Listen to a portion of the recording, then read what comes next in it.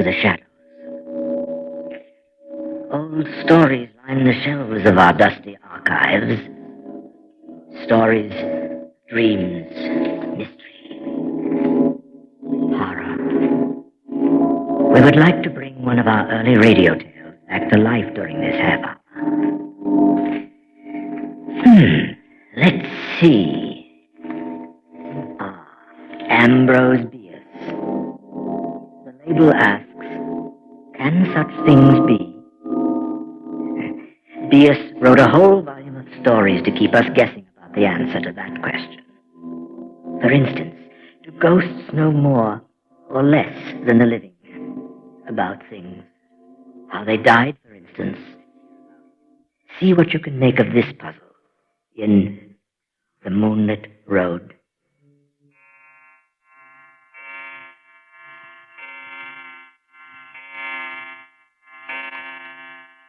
You haven't touched your tea, Mr. Stephen. Shall I warm it? Don't fuss, Ellen. Please don't fuss. Sherry, then. No, I have it here. Well, this will be more comfortable. Oh, Ellen, stop. I'm not helpless yet. What you can do is close the terrace window. There's a draft again. Oh, Mr. Stephen, but the window's closed. There's no draft, not from here. Not open? But I feel. Oh, yes, well, never mind then. It's a chill you have, Mr. Stephen. And I'm going to have Billy fetch Dr. Benson. For God's sake, stop, Ellen. Stop it. Get Billy to stoke up the fire, and that's all. Now, let me alone. Yes, sir. As you can see, I am the most unfortunate of men. I am rich, and I am respected, and well-educated, and, until just recently, of sound health. I'm the only child of Joel and Julia Hetman. My father was a well-to-do country gentleman. His wife, my mother, was a beautiful and obedient woman, to whom he was passionately attached with what I now can suspect was a jealous and exacting devotion. The details that I can relate hardly add up to a story. Indeed, they could fit together in any number of ways. I've imagined all sorts, with feelings so opposed that they've worn down finally to no feeling at all. Doesn't matter now. It ought never to have mattered. Briefly, then, I was a student at Yale. One day I received a telegram from my father of such urgency that in compliance with its unexplained demand, I left at once for home.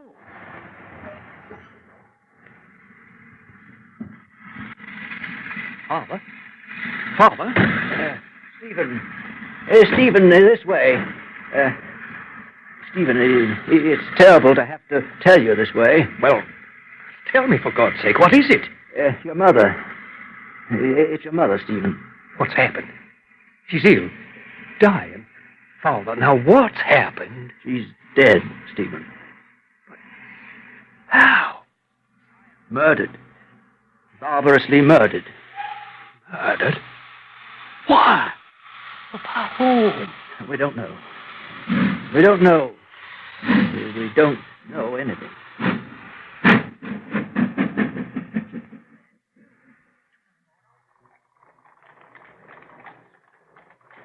I had gone to Nashville.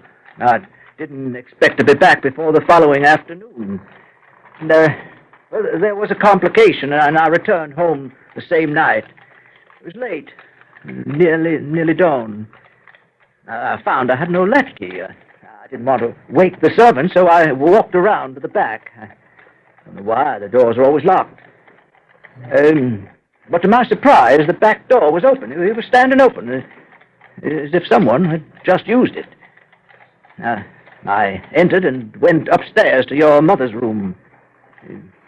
In the darkness, I stumbled over her. I'll spare you the details, save to say that she was already dead. Strangulation. But why? Was anything taken from the house? Nothing.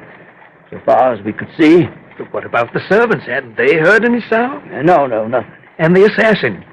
Is there no trace of him? Nothing. But those terrible finger marks on her throat. Dear God, that I may forget them. I gave up my studies and remained with my father. He was greatly changed. He had always been of a sedate, taciturn disposition. Now he had fallen into so deep a dejection that nothing could hold his attention. Yet anything could arouse him to a fitful interest. A footfall, a sudden entrance. One might have called it an apprehension. Hey, who's there? Who is it? It's only me, Father. Oh, come in. Don't stand there in the dark that way. Shall we take our walk this evening? No, the garden's chilly, and I'm tired. I think I'll go to my room directly. I worry about you, Father. I know that this whole thing has been terrible for you, but you've become too melancholy.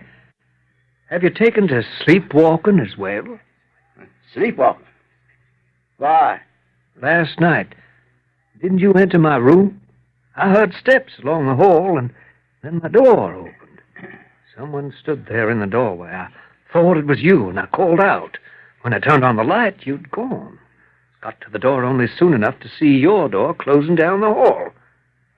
Wasn't it you, Father? Can you remember? No,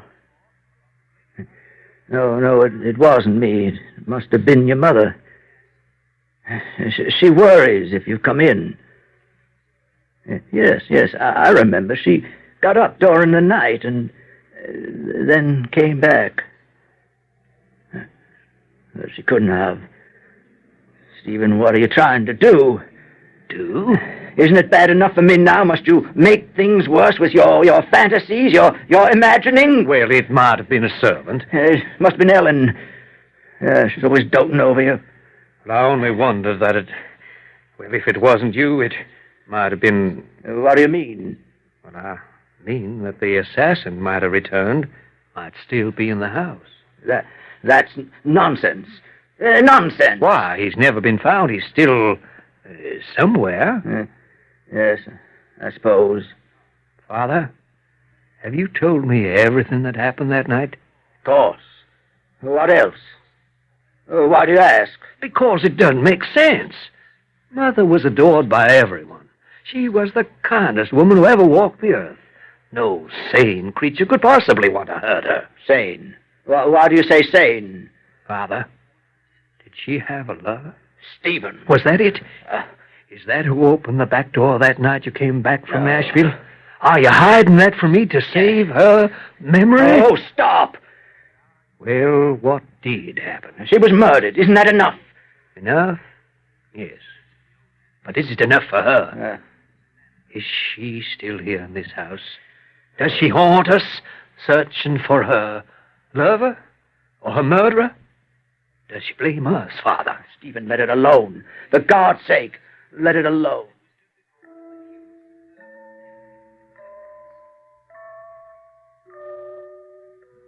I never saw her, but I was convinced that her ghost walked the house. The terrible cold of the presence of the dead was everywhere. Perhaps he saw her. I could not. But there were moments at night. Stephen. Oh, Stephen. Mother! Stephen. The iciness of the grave. The smell of decay. No, I won't see you. I can't. But I imagined I saw her face hideous, white with hate, rotting. No, go away.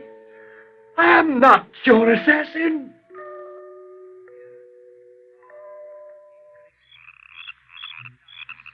One night, a few months later, my father and I were returning home from our evening's walk.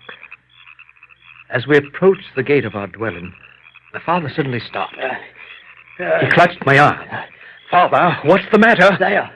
There, what is that? I see nothing, Father. There, the gate, darkly ahead.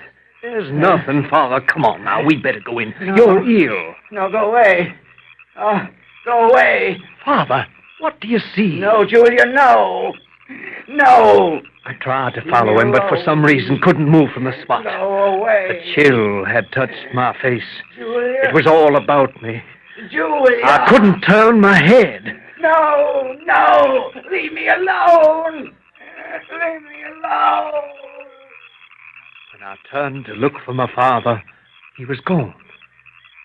And in all the years that have passed, no whisper of his fate has reached me. I remained here, my youth of brilliant parts and promise faded, its life-blood drained, sifted into the darkness and the silence of his house. Voices seek me out, I hear them not, but only doubt, doubt in emptiness.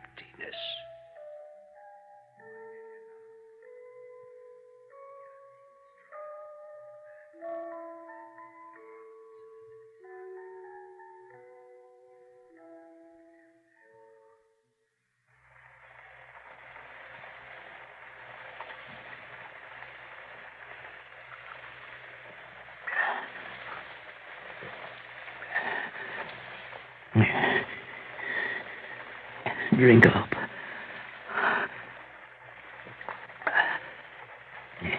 Today, I suppose you'd say I was alive.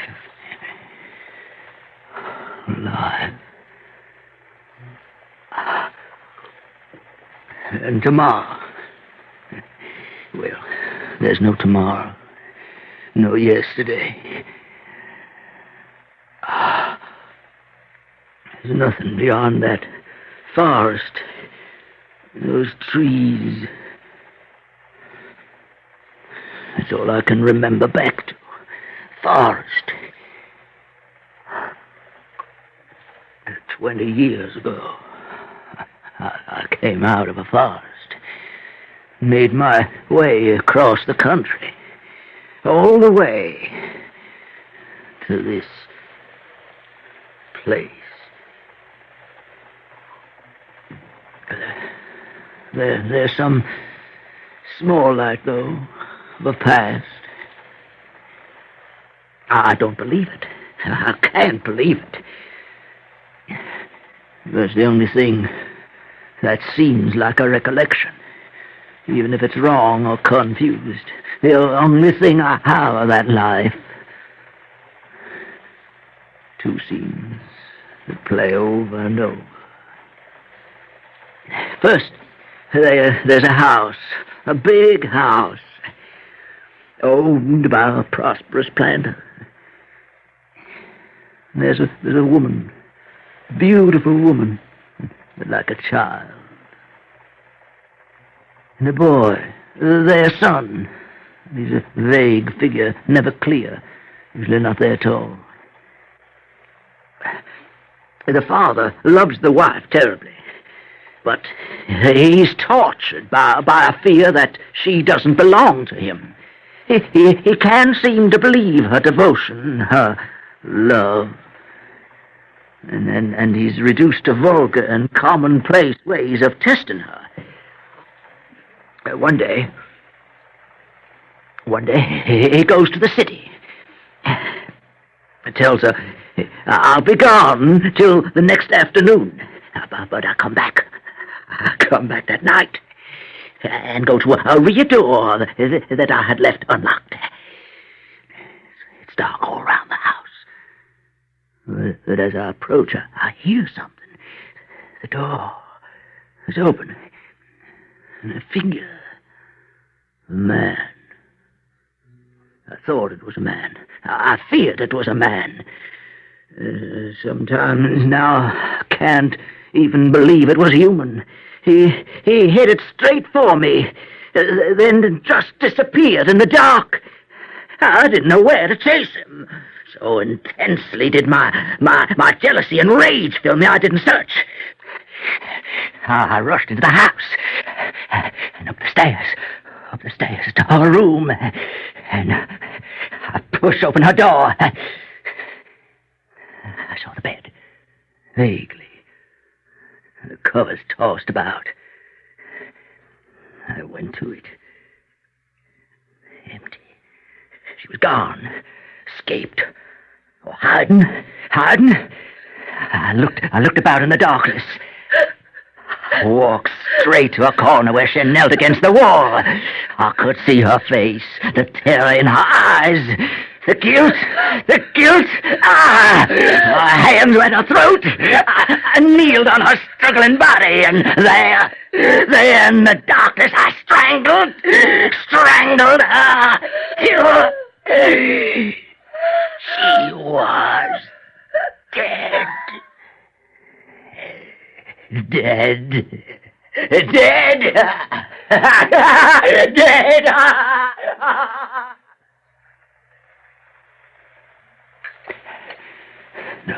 No, it never happened. I don't believe it.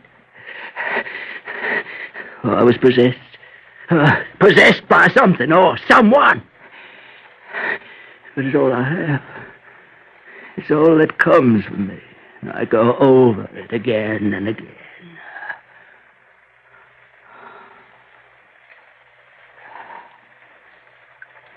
No.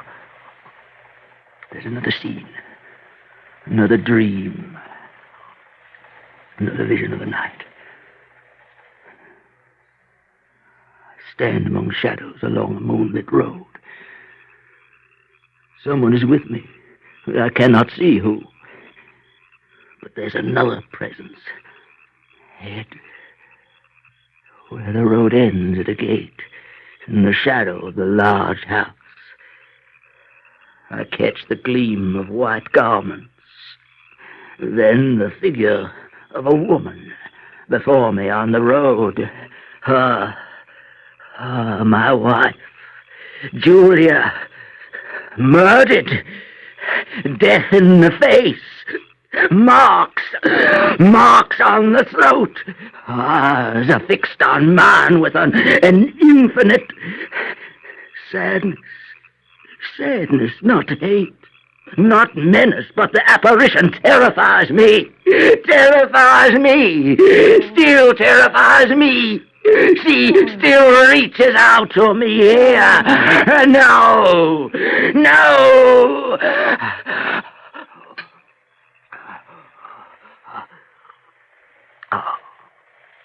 Drink up. Drink up. This does it. Wipes it out. Wipes it out. For a little while. For a little while.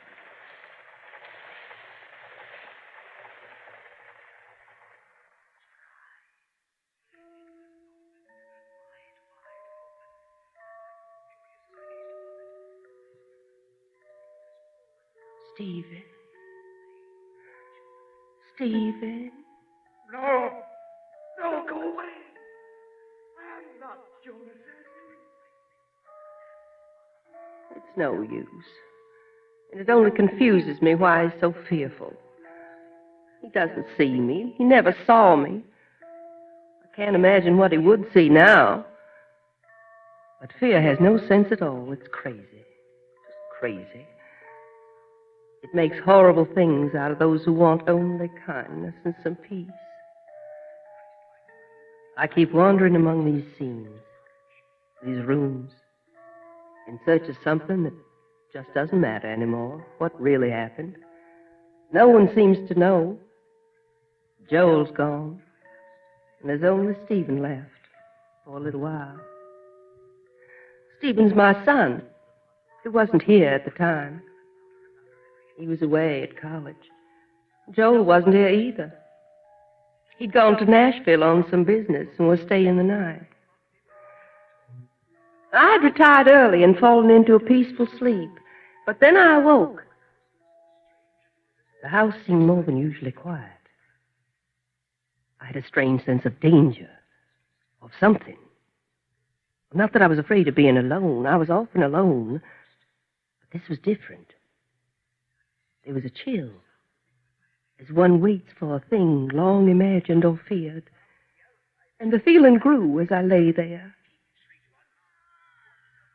I heard it first on the stairway from the back entrance, just below my room. A soft, irregular sound of footfalls on the stairs.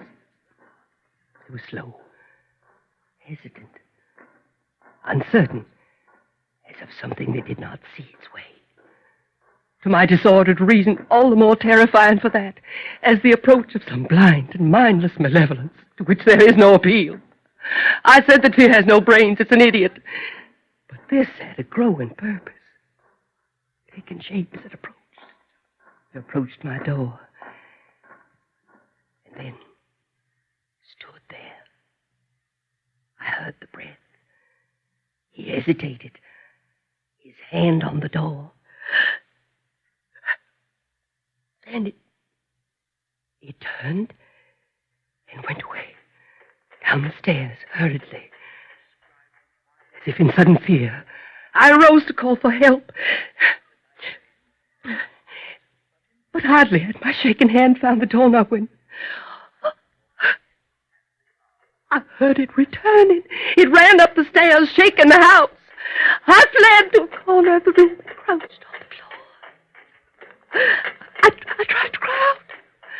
I tried to call Joe, my husband, but suddenly it was in the room, searching me out. Oh, it had gone to the bed, stopped there, and turned and came directly to me. I felt a strangling clutch upon my throat. I felt my tongue thrust itself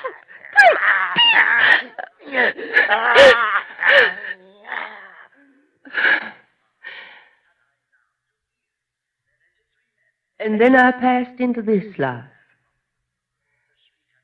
No, I have no knowledge of what it was. The sum of what we know at death is the measure of what we know afterwards. No new light falls upon any page of it. In memory is written all that we can read. We hide in the dark and peer out into the dim light of the present and the fading past.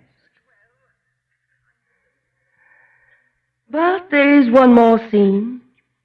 A night. I could see my husband Joe and Stephen. They were saddened and aged by my departure. I tried so often to make them see me, some way to let them know I was here, and send them my great love and pity. On this night I had searched for them, but they were nowhere in the house. I looked about the moonlit lawn, and then moved in the white light along the path to the gate. Suddenly I saw them on the road. They had stopped walking and were looking toward the house. I heard their voices. They stood in the shadow of a group of trees. They stood near, so near. Their faces were turned toward me. And Joel's eyes were fixed on mine. He saw me. At last he saw me. All my terror and hesitation was gone. He sees, he will understand. I moved forward, smiling and consciously beautiful, to offer myself to his arms, to comfort him, to speak words that would restore the broken bonds between the living and the dead. But his face went white with fear. His eyes were those of a hunted animal. Leave me alone. He backed away and ran. Ran right into the woods.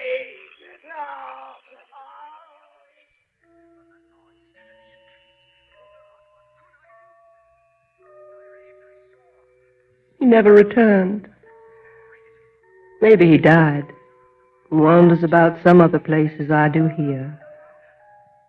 And Stephen, poor Stephen, is left even more alone. I've never been able to make him know that I'm here, watching him, longing to care for him as a mother should. But soon he too must pass to this life invisible and be lost to me. Lost. Oh, Mr. Stephen, but the window's closed. There's no draft. Not...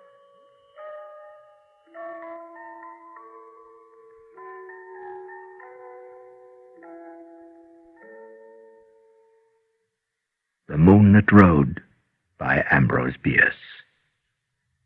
Can you guess who did it? Nobody seems to know for sure. The story was adapted and produced for radio in 1963 by Eric Bauersfeld. Norma Jean Wanbig was heard as Julia. Martin Punch was Stephen. Nancy Punch was Ellen. And Eric Bauersfeld was Joel. The technical production was by John Whiting. Special production for this series was by Jim McKee. Well, that's all for now. Come and visit our archives again for another tale from the shadows. Real soon.